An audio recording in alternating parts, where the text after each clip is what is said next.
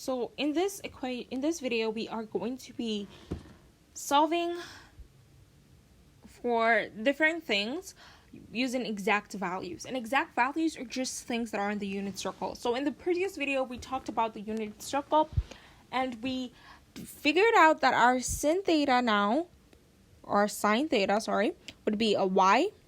Our cos theta is just an x, and our tangent theta remains a y over x. So now we're going to be giving questions, and we're going to ask using exact values. And when you see exact values, it means we want to get that particular point. And you can use your unit circle to do this. So if you've been practicing your unit circle and now you know how to solve your unit circle, this video is going to be for you. You could use your calculators to solve this by all means, but it's going to be so much easier to just find it on your unit circle and plot that point. Okay, so for instance, if we're given 1 over 2 equals sine theta, and we're asked to figure this out using exact values. And now you might say something like 0 theta.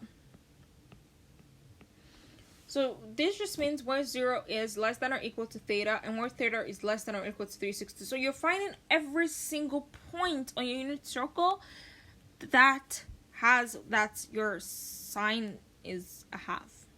And we have 2 points on the unit circle where that happens. So if you look at your unit circle, you're going to find out that, again, sine is not y. So wherever your y point is a half, that's going to be answer. So we can look here and we can see our y is in quadrant 1. Our y is a half in quadrant 1, and in quadrant 3, no, quadrant 2, I'm pretty sure. In quadrant 1 and in quadrant 2. We also have halves in quadrant 3 and in quadrant 4, but our y or our sine is a negative in those ones. Here we have a half, not a negative a half.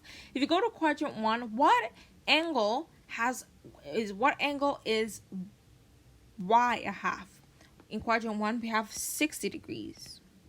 And in quadrant 2, what angle is y a half? That's 150 degree. So that's how we would solve that. Oh, sorry. This is 30 degrees, not 60. And the other one. So let's have another example here. Where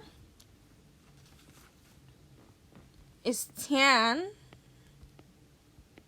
negative 1? So where is y over x? So you go in your unit circle and it's a negative 1. So you're going to go in your unit circle. I have mine with me right here. I look at where tan is a negative 1, and I see that it's in quadrant 2 and quadrant 4.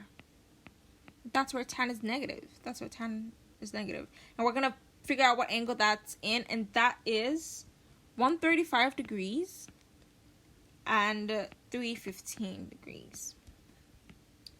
We're going to have another example where, let's do another one, where cos theta is equal to negative root 2 over root 2. Negative root 2 over 2.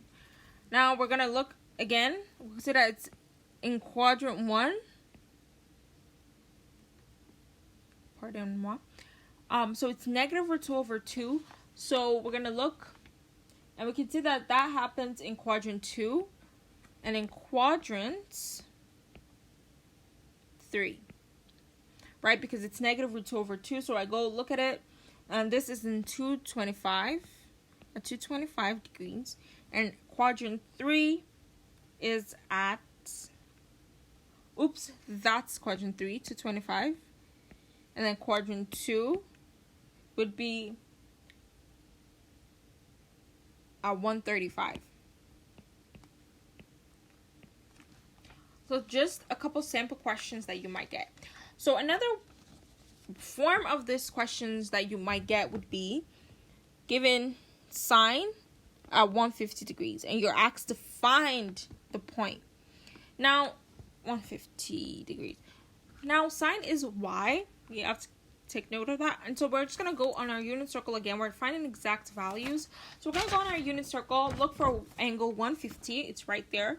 And we're going to figure out what the y is at that angle, right? Because we're looking for the sine of 150, and that's a half. Another question that we might be given is look for the tangent of 225 degrees. Again, go on your unit circle. You're going to find 225, and our tan here is a 1. Okay, another one that we may be given is cos of 210. Go back on your unit circle, find the angle 210, and our cos here is a negative root 3 over 2. And so those are just some questions that you might be given or you might be asked to find exact values. So when you see exact values, it just means that you should be using your unit circle to find those points.